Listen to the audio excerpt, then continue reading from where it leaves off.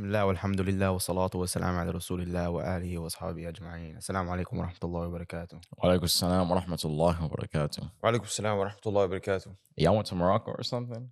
Did you go to Morocco? Nah, bro. Yeah, man, we look good, don't we? Nah, yeah, inshallah. Let us know inshallah. if we should make some of these, by the way. All right. Anyway, so our topic of discussion, let us know what's going on. Man, what's going on? What's not going on? You see what's going on around the world? Like, you see what's going on in Sudan. You see what's going on in Palestine. You see what's going on in Congo. You see what's going on in Yemen. You see what's going on in all these Muslim countries. You see a whole big chunk of the world is going through a silent genocide or a silent killing or silent oppression that no one wants to talk about. You know, one of the main things that the media likes to focus on is Ukraine, right? And I saw a couple of days ago, I saw Mohammed Hijab. You know, he was talking about the death count to civilian count in Ukraine was not nowhere even close to the death count, civilian count to the terrorist group in Hamas to Palestinian civilians. Wasn't even close. And yet they said that oh my God. They said what was going on in Ukraine was absolutely atrocious, right? But it wasn't even near what was going on in Palestine, right? And yet no one condemns Israel for what they did. The idea for what they did. I mean, it's no surprise that there's a bias here, but I don't feel like that's what you're gonna generate today's discussion. It's more about like the hardship. Sometimes you got to be thankful that you're not in the position that what those people are going through. Sometimes you got to pray to Allah to help them, to bless them, to honor them, to accept from them, because this is something so hard. These are people like, Allah they're gonna give them jannah.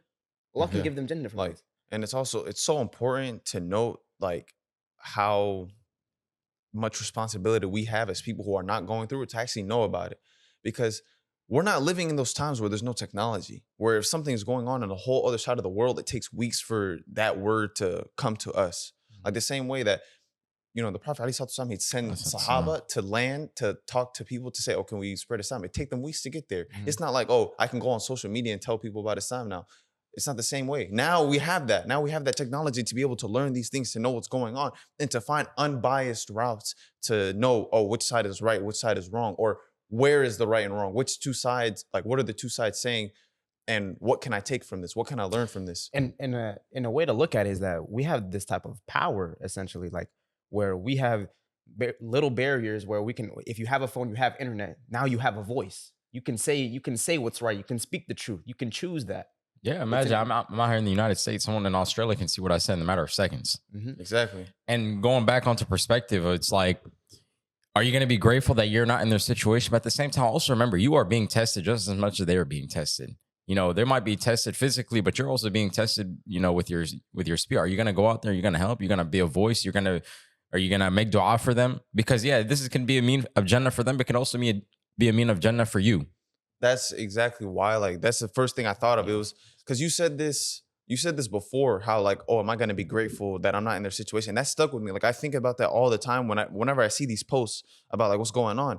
And I'm like, subhanAllah, like my life doesn't stop, right? I still wake up, I go to the gym, I do my prayers, I do everything. I grieve for these people, I make dua for them, but my life is still going on. So what am I going to do with that? How am I going to use my ability, like that I'm not being oppressed right now, that I'm not being tried like this by Allah subhanahu wa ta'ala to my advantage? You know what I'm saying? Because my hardships may be different. I might go through something and I'm thinking, oh, this is a hardship. But then I think about what's going on over there. Look at the people in Palestine. Look at the people in Sudan. Like they're going through something way worse. Man, I'll tell you what, right? Like this might seem a little bit silly, but like, look, like I hurt one of my fingers really bad. I stabbed myself with glass, right? A couple weeks ago. Yeah. So I was reaching for something and there was some glass there and it just went into my finger and it was stuck in there. And I looked at it and it was like, looked unreal. I had to like pull it out of my hand and everything, and it just wouldn't stop bleeding. So, I was over here, man, that thing hurt really bad. And obviously, whenever you cut yourself on your finger or something, like it hurts a lot more than, let's say, another part of your body, right? Because, the nerves and whatever that are up in your finger. So I go out there, I'm trying to do everything that I can do to stop the blood. I'm over here like, man, am I going to bleed out and stuff like that? I'm over here freaking out over a little cut. But then I'm just thinking of like, I open up my phone and I see these kids, they're bleeding from their heads. They're losing limbs. I saw a video of someone pulling out a hand, just a hand, from the wrist up, just out of rubble. Imagine that. Imagine the pain of that person. And it just makes me like grateful again that, you know, it could always be worse. Like, look, my pain right here is nowhere even close to their pain over there. And look at the strength of these people. Allah doesn't burden a soul more than what they can bear. So imagine Allah put them through that test and yet they still make it out. What does that say about the strength of those types of people? And it's, you know, Hold on. And on top of that, like I saw a video earlier today of this guy. His mother was under rubble, and he was talking about, "Well, I'm gonna get you out. Well, I'm gonna get you out. I'm gonna get you out. I'm gonna get you out." Like, if that was to happen to me, I don't even know what I would do in that situation, because I know I love my mom so much. I don't even know what I could even do in that type of situation. Imagine those types of people. Look at their strength. Look at their patience. Look at their persistence. They're not giving up. yeah, imagine how many of us, if we were put in that situation, we would despair in the mercy of Allah. We were despairing, like calling out to Him. Those people, how many videos have you seen of people from Sudan and Palestine? The only thing they're talking about is Allah, and like Alhamdulillah or Subhanallah, glory be to Allah. Like, what is going on here? Like, Or they call for his help. yeah, like You don't, it's not all about saying subhanallah, alhamdulillah. Like, call out to Allah. Who's the only one who can help you in these situations? Allah subhanahu wa ta'ala is the only one who can help. Whenever I think about those things, I think about that verse in the Quran where the people were so like hurt by the hardship from Allah that even the messengers were asking, where's the help of Allah? Yeah. See, that makes me like remember, wow, subhanallah, even the messengers were like, they were thinking like, where's the help of Allah? Like, we need Allah. These people, some of them, they're so strong, and they're thinking, oh yeah, subhanallah, like we're martyrs now, this type of stuff. Other people, they're just calling out for help from Allah. Like, oh, Allah grant us victory and this and that. And there's nothing wrong with either. That's strength on both sides. Look at that kind of test though.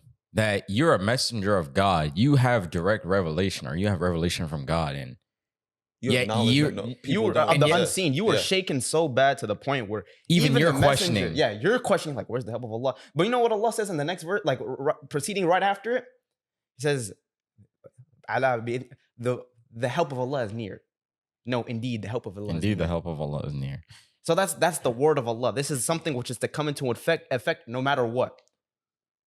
This is why, this is a lesson right here, why it's so important to have the Quran in your heart.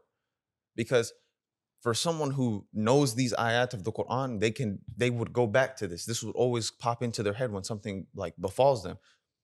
Like me personally, if something ever befalls me, I always try to think of lessons in the Quran.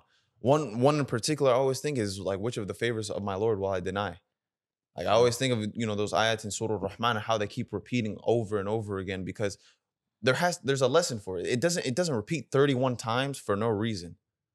Like, there's so many blessings that Allah subhanahu wa ta'ala he tells us about, and He's gonna keep asking, which ones are you gonna deny? And you know, crazy thing about this verse, little story.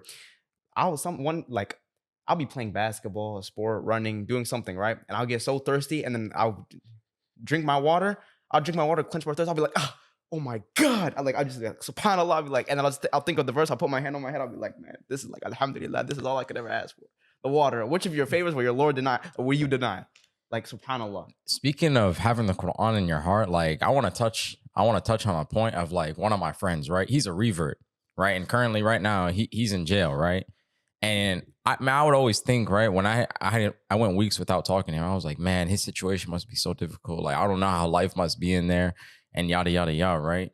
And we hop on the phone call for the first time. He's like, yo, Osman, like, you won't believe, Assalamu alaikum. He said, like, I read all these different parts of the Quran. I've read it 5 times now. I'm in here. Indeed, I'm like, I'm doing pretty good now. I'm like, yeah. How is it in there? He said, man, I'm just doing my thing. I'm being patient. Indeed, Allah is with the patient. And I'm just like, subhanAllah. Like, look, he said, man, every day I thank Allah for my situation here. He brought me closer to Him. I wasn't praying before. Now I'm praying my 5 daily prayers now. He says, now I'm not leaving that stuff. And, I'm reading the biography on the Prophet Muhammad alayhi salatu wasalam. And he every single time I hop on the phone with him, he's just always bringing me more and more verses. It's like he's always learning more and more and more. Like, now he called me earlier this morning. He just memorized a new surah. And I'm just like, Allah subhanallah. And he said it to me in Arabic. He didn't speak the least bit of Arabic. And yet he's able to recite to me Quran now. And, he was able to memorize all these different verses in English. And wallah, it's just surprising because, Allah, no matter where you are, Allah can guide you. Allah can help you.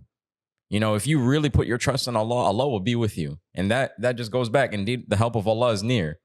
He's sitting inside of a box right now. He's not he's probably not going to be able to get out till later next year, right? Inshallah, we'll be able to see him. Inshallah. But it's just so mind blowing that, like, look, Allah put these people in this situation, and look at their perspective. Look what perspective can do to such a person. Look what guidance from Allah does. I want to add on to that. Have you guys ever asked yourselves, why would Allah send the Quran to mankind? As a whole, why would Allah send this?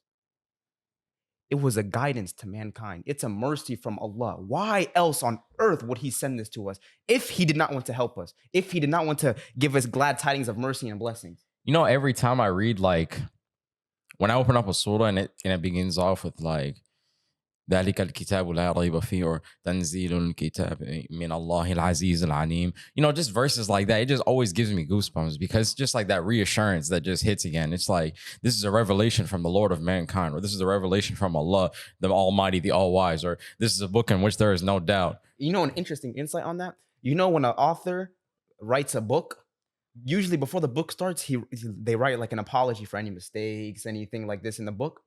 Allah says this is a book in which there's no doubt. There is no mistakes in this book. There's nothing wrong with this book. Go ahead, try. And he goes on to reaffirm that time and time again, saying like, oh, if you're in doubt, then create something like no, it. And he doesn't even just say that. He says bring your allies, bring from this world, like from the jinn world and your world, bring your allies. Or like the pure like confidence, you could say, is when he says, and if you cannot do it and you will never do it, then fear the fire, which is men and stone prepared for the disbelievers. Like, it's like the conviction. Yeah, because these are all things that Allah created. Like, why would he's not going to argue with his creation. No, because he's just going to let them dispute amongst each other. Like how he says in the Quran, they only dispute, but they're not actually sure. Like when he talks to the Christians. Yep.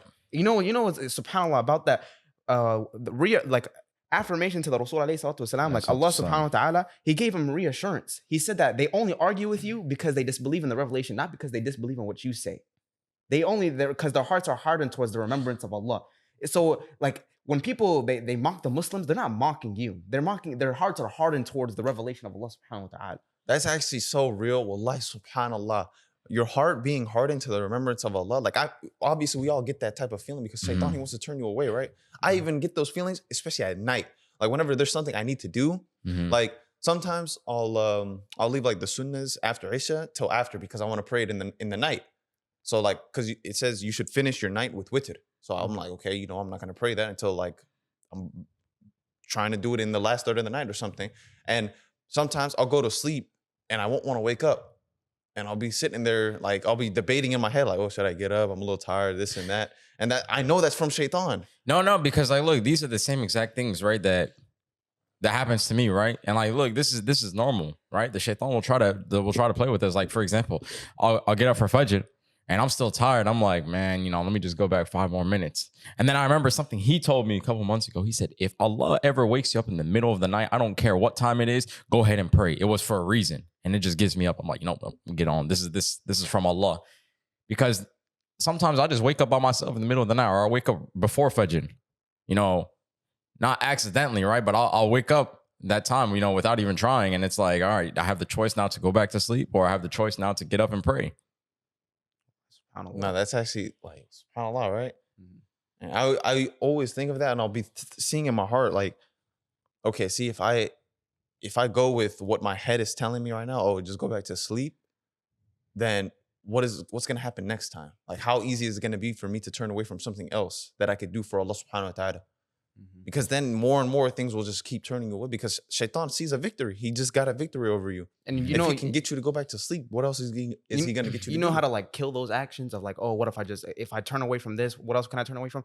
Don't think about it as an action. Think about the one who you're doing it for. Even if it's something so small, even if you're moving something like from the road, or like maybe there's a nail on the ground, you pick it up so no one steps on it.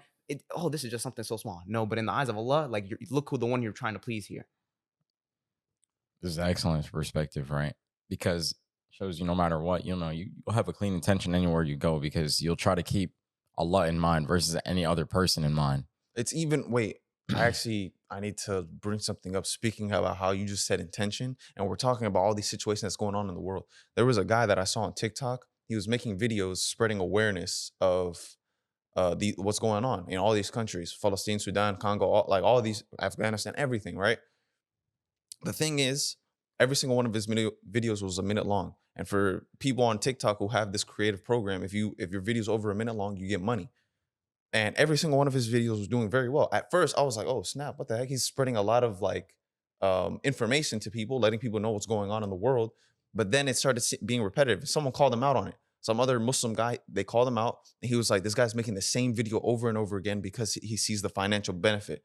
And when I saw it, like, because I started seeing his videos over and over again, and I kept seeing the same thing. He'd started the same exact way for like the first 20 seconds. I was like, I got a little sketch. I was like, okay, but I'm not gonna assume. So I just left it at that. Then when he got called out, he made a response video talking about, yes, I did start getting a little greedy because I saw the financial benefit. I was making the same video over and over again, and my tension, it got in the way of my intention. I was like, subhanAllah. Allah subhanahu wa ta'ala, like he was letting your videos do well, and it may have started with good intention, but look how your intention can change when Allah shows you what this world can offer you. Like, and he even said it. He even said it because people were thinking, oh, like they knew he was making money, but they thought, oh, he was donating. At first, he said he wasn't donating. Then when he got called out, he said he was going to donate. I was like, that's big of you. Look, subhanAllah, because like look at the strength of him, right? Like to sit there and openly admit you're wrong. It's such a big strength because people will try to make every single excuse in the book on why they're not wrong, or they'll try to justify a certain action, right? When they know that they're wrong. Nah, he took full accountability. That is one of the worst things that I hate. I hate dealing with people. Like you can lie to me, you can lie to the next person, but at the end of the day, you and Allah know exactly what's going on here. You and Allah exactly know what your intention was here, what you were trying to get out of it, and if you're lying or not. Yeah. I don't care if you lie to me at the end of the day. You will be held accountable for what you did. Yeah, but look, you see how the waswas of shaitan works?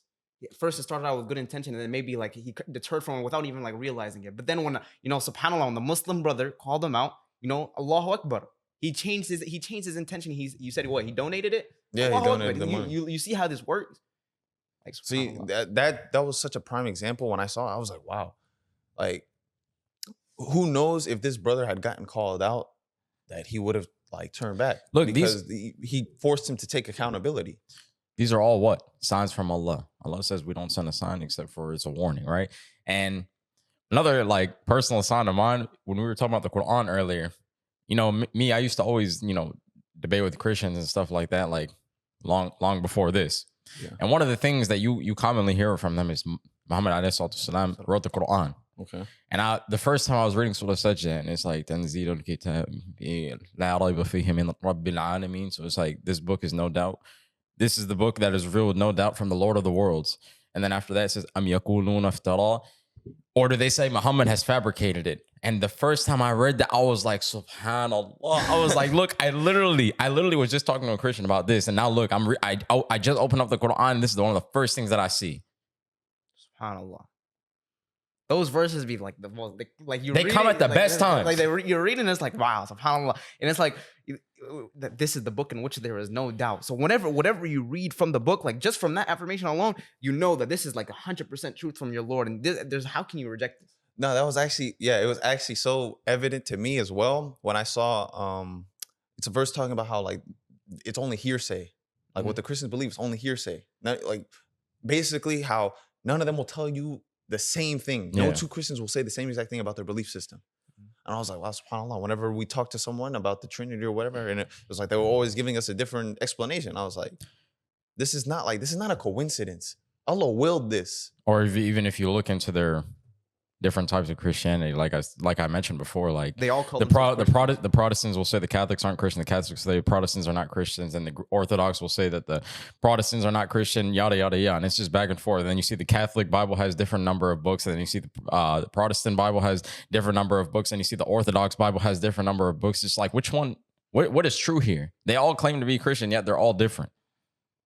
What even speaking of that, think about it, what's going on in the world today. What other faith other than Islam would stand up the way that we stand up in the face of adversity? All this hardship that these Muslims are going through, and look at the way they stand up. Look at the way we make dua. We go to the masjids to make dua for these Muslims. What other faith is doing something like that? Not only that, we have now weakened, but it has only strengthened us.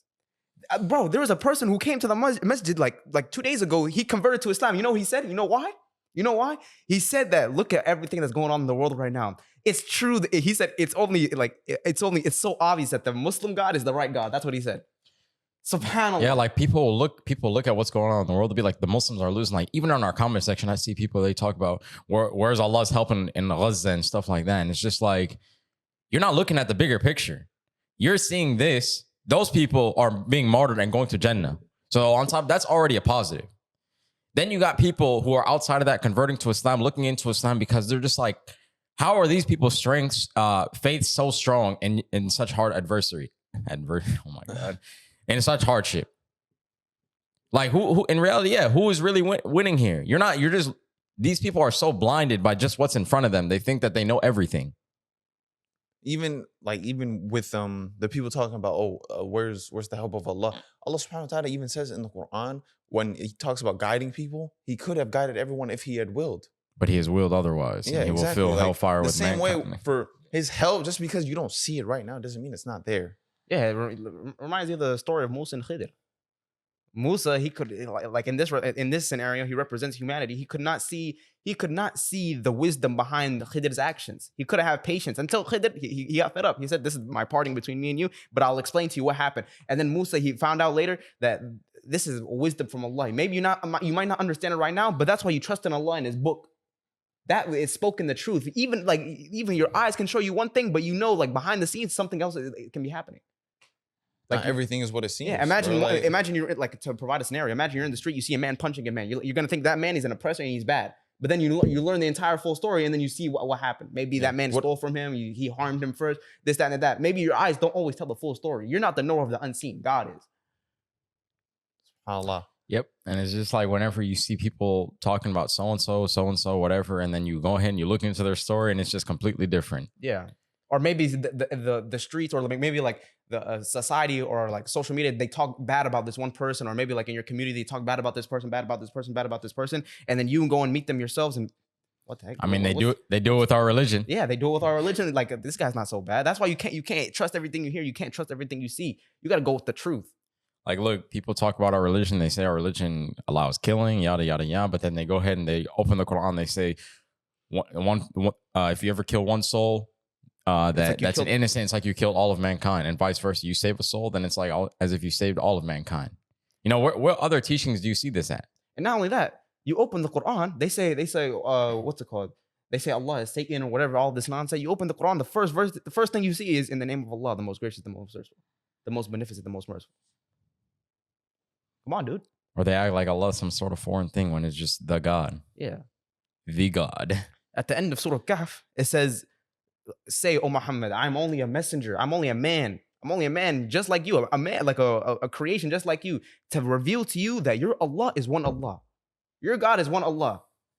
SubhanAllah. But then they go on, they assume, they say this, that, the third. Like, it's unbelievable. It's I actually want to shift the conversation real quick, because we said we were going to talk about like what we had went through in Sudan, because we were there at least when things were bad, not as bad as it is right now, but in 2019 it was pretty bad. It was pretty bad. And I just remember, I haven't even talked about this out loud before, but I remember when we first got there, it was like 2 days in. It was still Ramadan, by the way.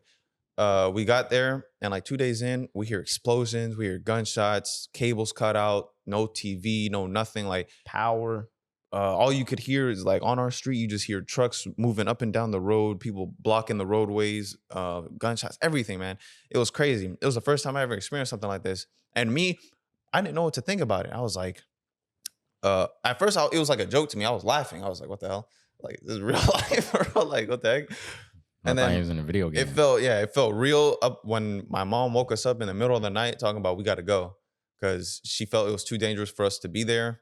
Not just our mom, like it was like our whole family. Everyone that lived in that house, we all went. Yeah. Hold on. How many people were in that house? A lot. It was a lot of people. Yeah, we had to take multiple cars. Exactly. We went back to our mom's village so that we could do Eid there. And even then, it still wasn't safe. Like, the thing is, we had no internet for 3 weeks. I want people to keep in mind, we had no internet for 3 weeks. So over 3 weeks. It was like a month. Well, I was only you were only there for 3 3 weeks. For me, it was like over a month.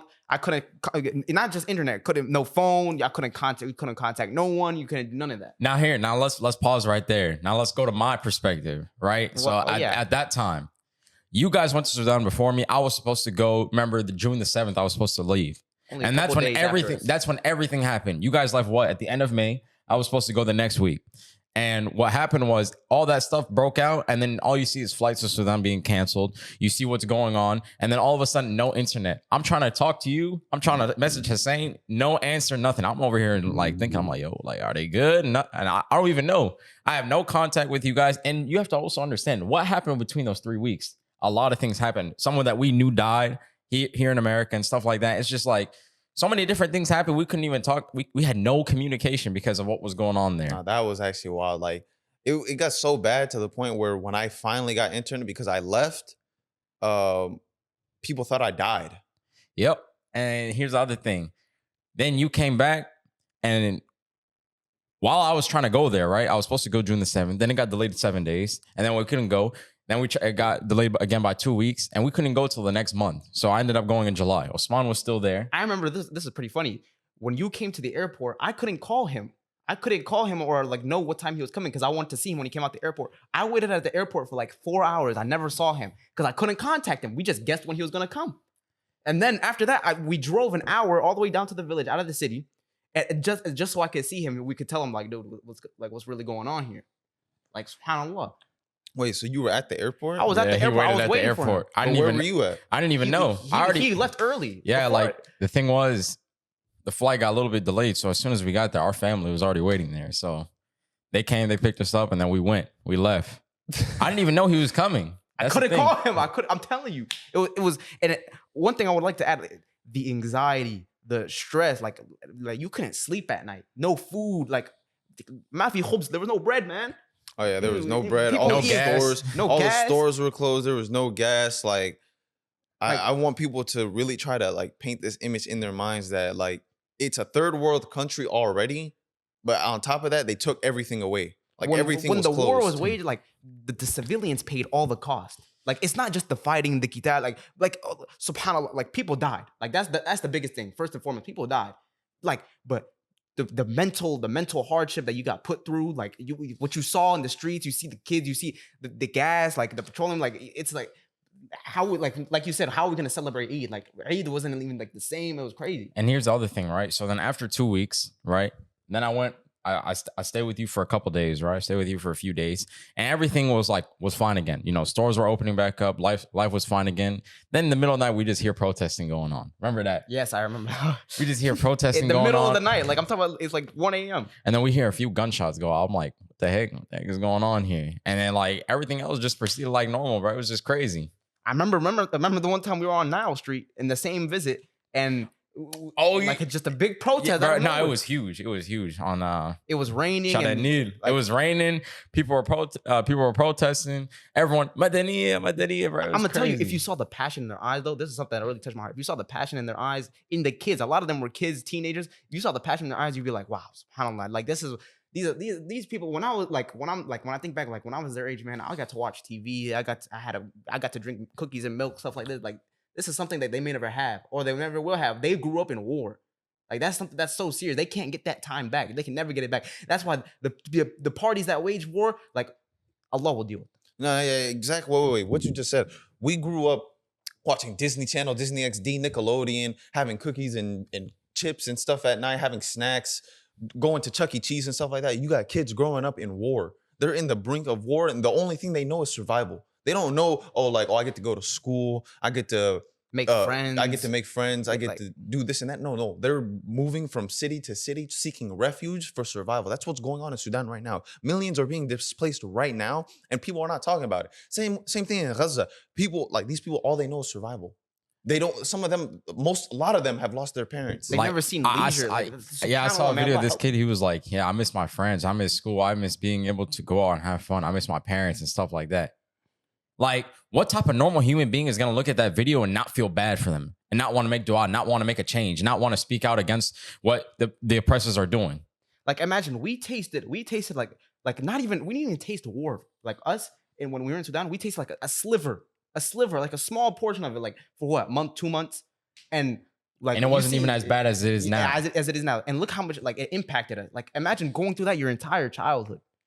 You couldn't, like, even just seeing it as a child, because We weren't even that young. I even still look back on it sometimes on my phone. I still have pictures of and videos of protests and pictures of what they did. It's like the streets, what they were like. You would go in the street, you would see rocks, you would see burning. Like this isn't even like life at this point. Matter of fact, this reminds me of the story, right? I was staying with one of my cousins, right, and he has an apartment building, right, and he's at the top floor, so I was sitting there on the rooftop, and I see these Janjaweed pull up in an armored car with a machine gun on the back. They stop by on the side of the road. There was a normal civilian walking. They get out the road. They bring out their salt, their nightsticks, right? And they're just talking to him, right? And the guy looked frightened.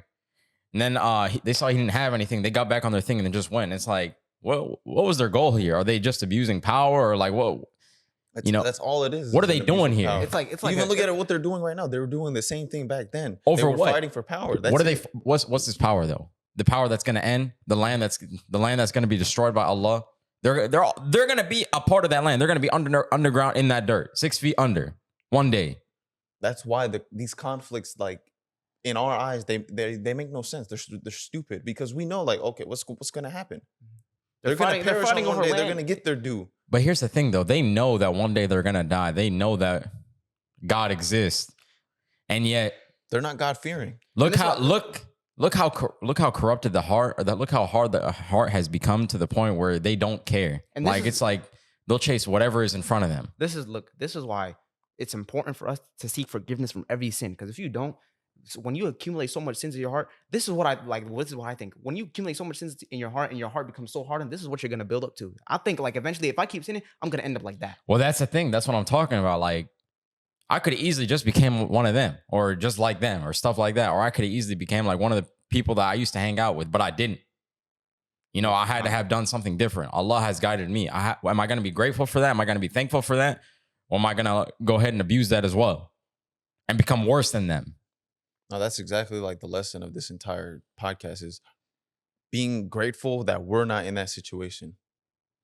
Praying for them, for their success, for their victories, but knowing that like, because that's not where we are right now, we have to make the most of that. And like Osman said earlier in the episode, we're being tested just as much as they're being tested. That's a big part of it. SubhanAllah. A great way to end that episode. That's a great way to end it. So, inshallah. Let us know what you guys think of this podcast, inshallah. I mean, it's a hard topic to talk about, but it's something we need to talk about. We need to be more aware of, inshallah. But yeah, with that being said, assalamu alaikum wa rahmatullah. All right, guys, we hope you guys enjoyed the podcast episode. Make sure to share this with your friends and family. You never know whose life you can change with this. And also make sure to join our Discord server, building the biggest Discord server in the Ummah. And we need your guys' help. And last but not least, we're still not scholars. We're still students of knowledge, so we're still learning. And assalamu alaikum wa rahmatullahi wa barakatuh. Assalamu alaikum wa rahmatullahi wa barakatuh.